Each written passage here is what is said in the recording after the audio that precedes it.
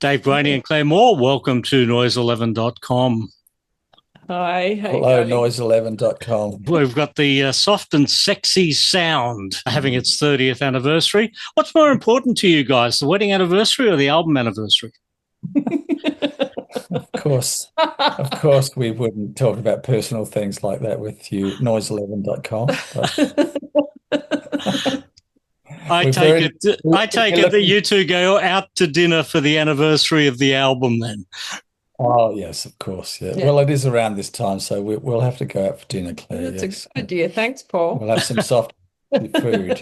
Yeah. Well, this particular album was July 1995. Do you remember the exact date? We must be almost hitting that or just past at the moment. We used to have we were working with really good people, Adam Yaxi, and I think Megan worked at within this small company called ID Records we were a part of, or ID, and they were attached to Universal Records. So we were in a fantastic situation, having the attention of a small label attached to a huge mothership. And they would have elaborate launch parties in Melbourne and Sydney for them. So it often stretched out over a month, Paul.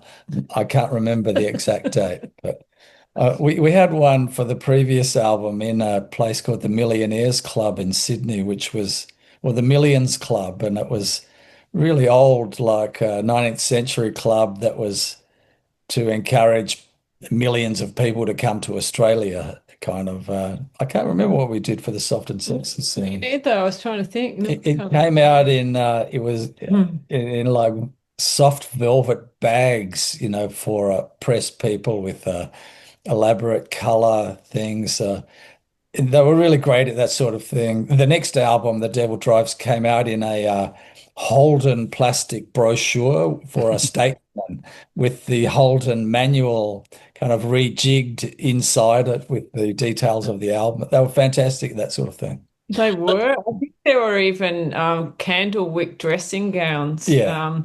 Like in maroon with our insignia on the pocket. On the pocket. Back in the day when record companies knew how to exploit the artist because they would always charge it back to you. Oh, well, I don't know. There was a promotional kind of part of the budget that something like Universal would have, and it was non-recoupable. So that was, I'm hoping it was in that part of it. Yes. Well, The Soft and Sexy Sound was the fifth album for the Coral Snakes. I Was the Hunter, I Was the Prey, 1991, The Lure of Tropics, 92, Night of the Wolverine, 93, You Want to Be There But You Don't Want to Travel, 94, and The Soft and Sexy Sounds, 1995. It sounds like it was non-stop studio work and non-stop touring work at that point for you. We had the My Life on the Plains album with the White Buffaloes, which was done in about 89, and that's where we met our guitarist Rod Hayward and our first keyboard player or second keyboard player Conway Savage, and because the Coral Snakes started in London in say 87, 88. We did our first EP there and then came back to Australia, and we were our minds were in the UK because we'd kind of lived there for most of the 80s, and we did an album. We went back and forth to the UK in the early 90s, and we did that album, I Was the Hunter and I Was the Prey, but that took about 2 years to come out. And then in 1992, we put out about 3 albums in 6 months. They all the dam burst and they all came out, yeah. And that was Lure of the Tropics, Night of the Wolverine, and I Was the Hunter and I Was the Prey. Yeah, well, there were 2 albums. Was it last year or the year before? Strangely Emotional and I Passed Through the Minor Chord in the Morning. I think they were about 6 months apart when they came out. And then 2019 were 2 albums as well. So you've had numerous productive years over the decades. Yeah, I've always been a prolific songwriter, and it's just the way I am, yeah. I think we're into the 40s, aren't we? Yeah. With as far as album releases go, just me and Dave, or Yeah, that's a lot of catalogue. So when you go to perform an entire album, do you have to go and relearn a lot of the songs on that album, as you will be doing with the Soft and Sexy Sound tours? Some of them we haven't actually played live, back in when they came out either. We just had to choose what we thought was the best thing to do at the time. And of course, with CDs coming out around then, CDs went for an hour, went for a lot longer than vinyl releases. So if you wanted to play most of the new record and a whole lot of other songs that people would have known as well, you had to kind of choose, didn't you? Yeah, we had some songs off of this that there's one called Morrison Floor Show, which it came out of a B-side for our previous album that we kept kind of extrapolating in our live performances, and it worked itself up into another grander song, Morrison Floor Show. So we'd been playing that for a year or two before we recorded it. The rest of it was pretty fresh, and we, we were we rehearsed. We lived in South Melbourne. We rehearsed in South Melbourne, and we recorded in South Melbourne. It was really great time for myself and Claire. We lived around near the Montague Street Bridge, just across from it, which was a very exciting place to live because, of course, Melbourne people know it's full of drama every day. But yeah, this record was really different in the way we approached it in the studio. It was a real break for us. In what we previously done was pretty much recorded live to tape, but this was really paying attention to production, and we worked with a different producer, Victor Van Vught, for this one. Morrison Floor Show, the song you just name checked there a minute ago, very disco-y. What influenced that? It was kind of a funk thing. Well, personally, we loved to listen to, because we were with Universal. We used to raid their CDs whenever we'd visit the record company, and Universal was so huge. It had one department was just Island Records, Blue Note, Verve, and Def Jam, and that I would just go in there and fill up a shopping bag, and we listened to a lot of classic reggae. Always did, but that was a great period for British kind of trip hop music, and I personally loved gangster rap with the West Coast sound of Dr. Dre, The Chronic, Snoop Dogg, and especially Tupac and the Notorious B.I.G. And it was just a cooler way of singing, and the music was this kind of grooving thing. We just wanted some of that, and Victor was an old friend of ours, and he came back from the UK, and he knew what we wanted to do. It was the Beastie Boys as well. They were very much in the air with their instrumental album, The In Sound from Way Out, and Ill Communication and all that. When I listened to that album, the track "The Birds and the Goats," I think borrows slightly from the Floaters Float On. Am I correct there? That would be a high compliment. We always loved that thing. Those Really like that God song. liked that one. I think he did it in the Pete Best Beatles. Is that the one where they say what star sign they are? Yeah. They introduce themselves. That member. That's pretty good. That's great. I think they did it in the Sugar Hill Gang as well. But yeah, that was a very simple song. I remember working on it before You Want to Be There, the previous album, but it was a bit too light for that. And it's a very simple song, and I'm very proud to have written that one, because all songwriters want to write simple songs like Hank Williams or something, and it can almost play itself. Claire and I can play it with just two instruments, or you can have bass, keys, and guitar like we will play it, and the vocals and the strings, and yeah, it's got a lot to it.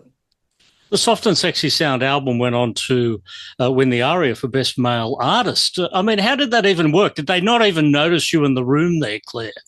I don't know. I think if there was a rule that if the band had a person's name, and the something or other, that person, the whole band could not be part of the award.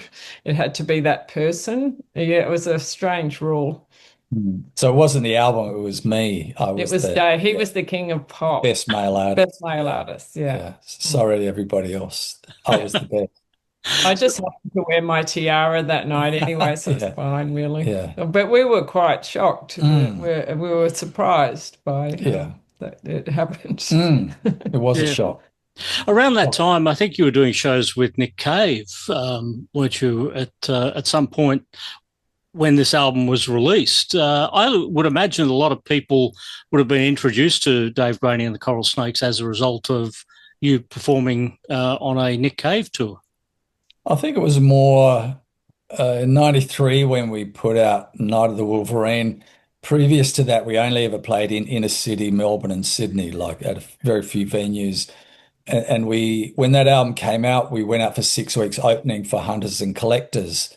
That was much more of a thing that introduced us to other people because they were an amazing act who could the last of their kind who could just go out and play for 6 weeks and not in any inner city area and play to 500 to 1,000 people wherever they set up with their own PA and everything. They were quite an amazing self-sufficient act. But yeah, we were affected a lot by that tour.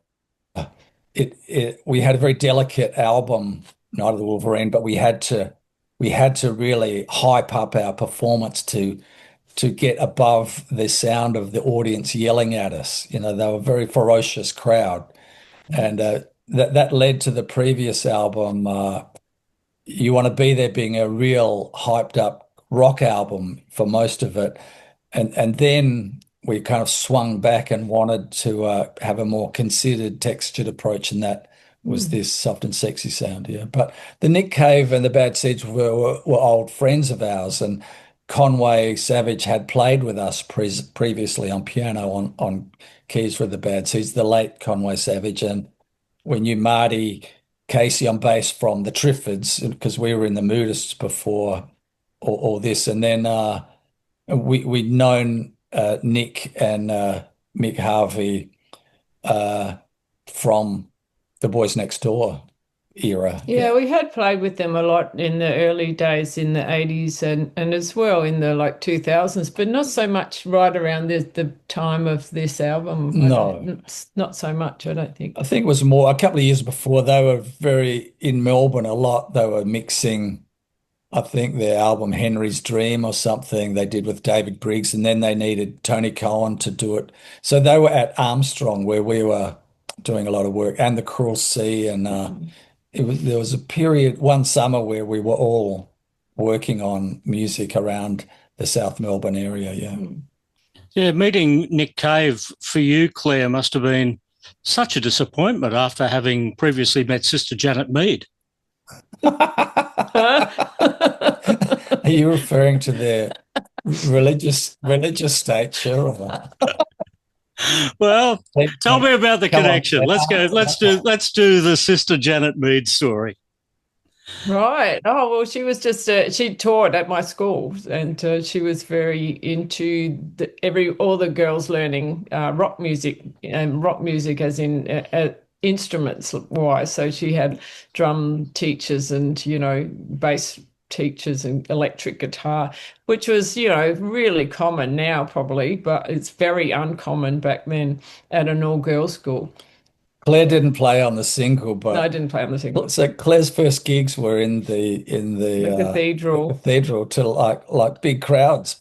Big It was crowds. sold out. Like she was so popular, and I could hardly set up the drum kit. Luckily, she had a whole band of young, really talented musicians who also played, and so she mixed it up a lot. She wanted us to have experience in playing in front of all these people, and it was terrifying, but there was always a backup.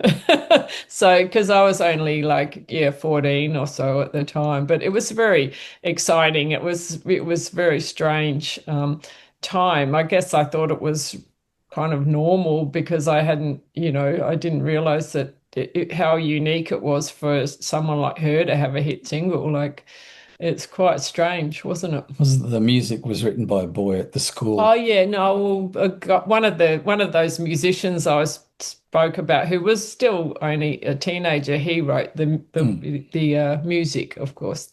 We all know who wrote the lyrics, Yeah. but yeah. Oh, Jesus. so the guy who wrote the music, does he get a songwriting credit with the guy who wrote the lyrics? I hope so, yeah. We'll have to look that one up. It was in a really great like early 80s Adelaide post-punk band. He's a great musician, He's great a really good songwriter. musician, yeah. Yeah, because, Claire, of course, you were from Adelaide, Dave from Mount Gambier. How'd you meet then? We were both in... Where'd that happen? Dave came to Adelaide to go to university to study, because back in those days it was you did leave town. Like I couldn't wait to leave Adelaide, actually, just because you just wanted to go somewhere else, and of course Dave had been in Mount Gambier, so for him it was a choice between Adelaide or Melbourne, and luckily he came to Adelaide, and we just all sort of met at a party, at parties around town, and formed the band that way. And going out to gigs, Adelaide's a place where if you like music, you have to rub shoulders with, all types of people. Can't be cliquey like you are in Melbourne and hide in your own little corner of the city. But I didn't go to university. I deferred it. Then I tried to defer it again, and it's still deferred. I'm sorry to say. Oh, so 2026, you're going back to uni, are you, Dave? I hope so. Is it still free?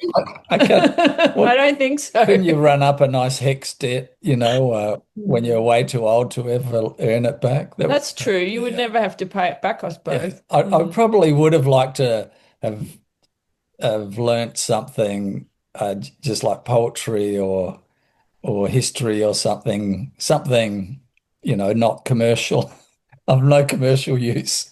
So that's what I'd like to do now still. So when you do the tour and perform the album, will this be the entire album in order of the songs?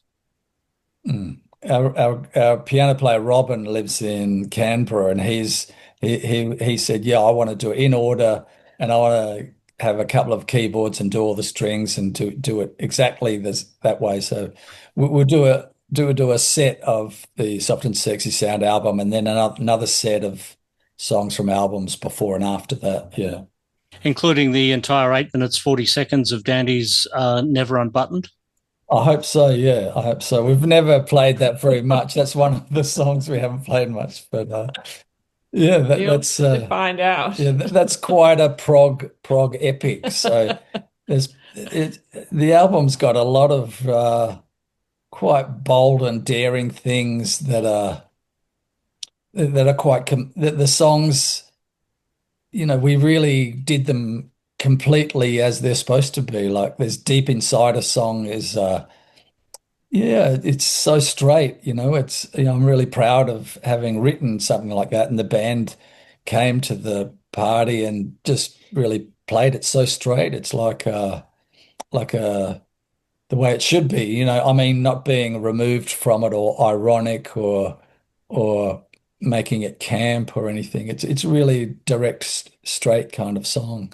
And then it's got crazy boogies on it, like Apollo 69 that we hired a Moog synthesizer for, and there's lots of all the textures are on it, like a Robin playing a clavinet on the birds and goats and all the strings, and then inexplicably there's Rock and Roll's Where I Hide. Yeah. It's quite interesting. It's the least soft and sexy sound of all the songs, but it's the one that really clicked with people. Yeah. And I'm glad that at least one song really got out to people. It was our most kind of commercially successful moment as musicians, and that's why we're kind of happy to be playing it again. It's a full-on October and November schedule, and this is no AC/DC tour. It's not like play one night, have 4 nights off, play another night, have another 4 nights off. Those first 3 dates are October 3, 4 and 5, Sydney, Wollongong and Canberra. So not only are playing every night, but you're also got quite the drive between towns to do those first few shows. Yeah, well, me and Claire are match fit for all that stuff. we're on to our second van. We had our last van we got rid of a couple of years ago. We did 800,000 kilometers around Australia, but the rest of the coral snakes are a bit delicate in their sitting in a van kind of techniques and fitness, aren't they? Oh no, we'll have to start training, We'll, driving around Melbourne. we'll deliver car seats to all their houses so they Yeah. strap themselves in to watch TV and stuff. Oh, so you're doing it comfortably. The Lexus van with the 75-inch screen in the back, and Make fans, really? I've never heard of such a thing. The new Lexus van. Yep. Actually, I kid you not. This album, Soft and Sexy Sound, was released in the UK in '96, the following year, as well as Night of the Wolverine. And we toured the UK. You were mentioning vans, because I've always been remembered, and I got creeped out a bit because the previous owner, or maybe the owner or the previous person that used it was Gary Glitter. So That's right. I remember that van. It didn't have anything in the back except one giant seat. It was kind that of was weird. Gary's seat. Gary's seat. Gary Glitter. Fun fact: Gary Glitter was the first concert I ever went to. Wow. Moore Park in Sydney. Oh, I've got a Gary Glitter live album. Drummers. They put out a thunderous noise. Shit. Oh. Yes.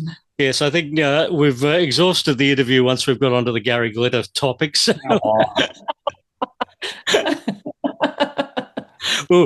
we get an X rating if we go any further. Yeah. Well, Dave and Claire, good to see you. Good to talk to you, and good luck with this show around the country. Will you be doing more anniversary shows after this, which you've done some in the past? Are you going to continue on the format with every album? I don't think so. No, we did the Night of the Wolverine album. We sold out 18 shows. It was really enjoyable to do, and it was music that people had really taken to heart. And it was lovely for us to reconnect with our band, the Coral Snakes. You know, Rod Hayward and Robin Casnader, as well as the audience. And looking forward to doing it again with this album. Great stuff. Well, good to talk to you. I've got the little man down here who wants to go for his walk. Hello. It's walkies. Walkies time. So we will leave you with that. Good to see you, Noise11. Thanks so much, Paul. See you later. See you later.